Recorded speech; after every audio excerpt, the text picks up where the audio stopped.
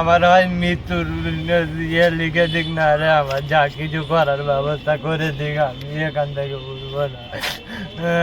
পায়ে কি মারি, আমি এসব কিনে চিকিৎসা সারাদিন দিলাম, আমার 1.5 মাস যাবৎ ভর্তি নিচ্ছে না।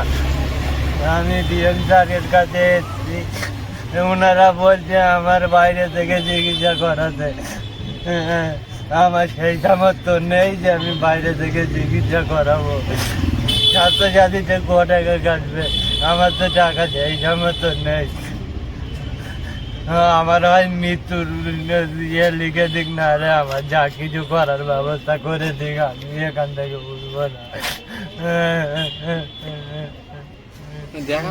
কতদিন ধরে সমস্যা আপনার? আমার সমস্যা 4 মাস ধরে আমি পিজি হসপিটালে চিকিৎসা করাচ্ছি। ওরা ভর্তি সমস্ত কিছু কমপ্লিট করে 1.5 মাস যাবৎ ভর্তি নিচ্ছে না আমার। বলছে শুধু যাচ্ছি আর ফেরত দিচ্ছে, বেড ফাঁকা নেই, বেড ফাঁকা নেই। লাস্ট ডেট বললো কি আধার সব দেখাও। আপনার আদার স্টেট হসপিটাল।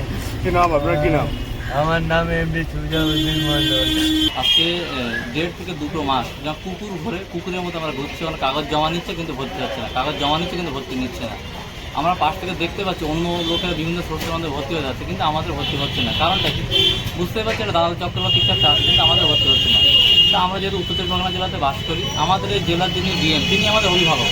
তা সেই অভিভাবকের কাছ থেকে ওর তরফ থেকে আমরা সকলে এসেছিলাম, ও একটা মেল করেছে ডিএম সাহেবের কাছে যে হয় আমার সুচিকিৎসার ব্যবস্থা করা হোক, আর না হলে আমাকে মরার মতো আর কি সুযোগ করে দেওয়া হোক, বা আমার মরার আর কি অধিকার দেওয়া হোক। আমি মরতে চাই, ওর কথাবার্তা এটাই।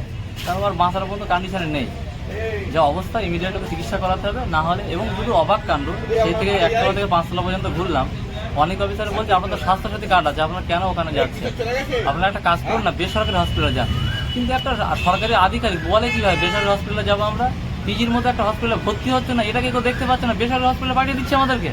তা পিজিতে কেন হবে না? আমাদের তো সব রেডি, পিজিতে কেন ভর্তি হবে না? আমাদের কাছে ডিএম সাহেবের কাছে আমরা এখানে বসেছি ওকে নিয়ে, যতক্ষণ না এমনকি ডিএম সাহেব দেখা করছেন না, মানে বললেন হচ্ছে যে উনি ভোটের কাজে ব্যস্ত আছেন, হয় ডিএম সাহেব দেখা করুক কিংবা আমাদের সুরাহার ব্যবস্থা করুক, নাহলে আমরা কিন্তু উঠবো না, আমরা এখানেই বলবো। নামটা বলুন। অজিউদ্দিন আক্তারি।